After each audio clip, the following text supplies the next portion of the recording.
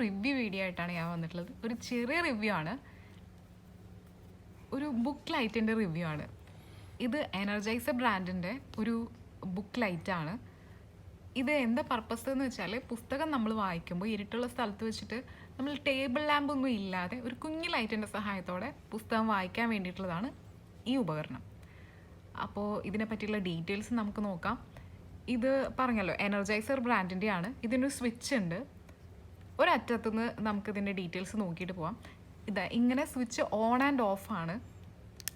ഇങ്ങനെ ഓൺ ചെയ്യാം, ഇങ്ങനെ ഓഫ് ചെയ്യാം. ഇത്രയും ലൈറ്റാണ് ഇതിന് വരുന്നത്. ഒരു 11 ലൂമിനൻസ് ആണ് ഇതിൻ്റെ പ്രകാശത്തിൻ്റെ തീവ്രത. ഇതിൻ്റെ അറ്റത്തൊരു ക്ലിപ്പ് ചെയ്യാനുള്ള ഒരു ഓപ്ഷൻ ഉണ്ട്. അങ്ങനെ പുസ്തകത്തിൽ ഇങ്ങനെ ക്ലിപ്പ് ചെയ്യാം. കണ്ടില്ലേ, ഇങ്ങനെ ക്ലിപ്പ് ചെയ്യാം.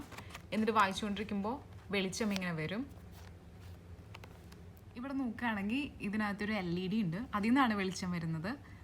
പിന്നെ ഇതിനകത്ത് 2 ബാറ്ററി ഉണ്ട്. ഇങ്ങനെ നമുക്ക് സ്വിച്ച് ഓണും ഓഫും ചെയ്യാൻ പറ്റും.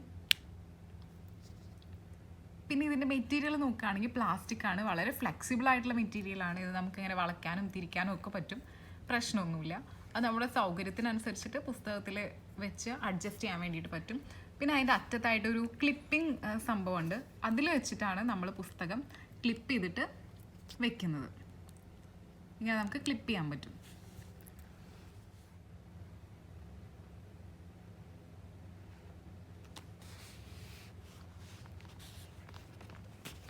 നമ്മളിങ്ങനെ വായിച്ചുകൊണ്ടിരിക്കുകയാണെങ്കിൽ ഇപ്പോൾ ലൈറ്റ് ഇട്ടിട്ട് ഞാൻ കാണിച്ചു തരാം.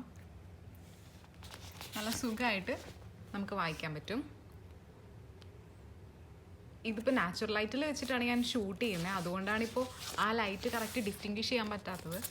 ഇരുട്ടുള്ളൊരു സമയത്ത് അല്ലെങ്കിൽ രാത്രിയിൽ വെച്ച് വായിക്കുമ്പോൾ നന്നായിട്ട് വായിക്കാൻ പറ്റും. വളരെ ചെറിയൊരു സംഭവമാണെങ്കിലും ഇത് യൂസ്ഫുള്ളാണ്.